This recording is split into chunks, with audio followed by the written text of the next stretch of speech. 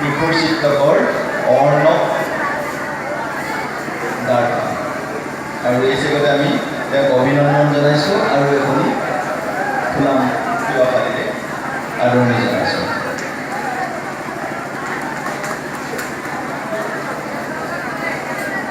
প্ৰতি কিশোৰ চিত্ৰকৰ বংশা অৰ্ণৱ দাৰ্কালৈ। হে স্নেহভাজন, ৰঙালী দিনৰ এই শুভ লগনত ইছাক্ৰমাজী উদযাপন সমিতিৰ হৈ তোমালৈ স্নেহাশীষ যাচিলোঁ। চিত্ৰকলাৰ বিশাল পথাৰত এনে অপৰিণত বয়সতেই তুমি অসাধাৰণ প্ৰতিভাৰ স্বাক্ষৰ দাঙি ধৰিলা। তাৰ বাবে আমি ৰজাপথাৰবাসী ৰাইজ গৌৰৱান্বিত। আমাৰ আশীষ সদা তোমাৰ বাবেই, আমাৰ স্নেহ সদা তোমাৰ বাবেই। পাতালী গংগাৰ সঞ্জীৱনী ঘূৰা হৈ ৰৈ গৈ থাকিব চিৰদিন চিৰকাল।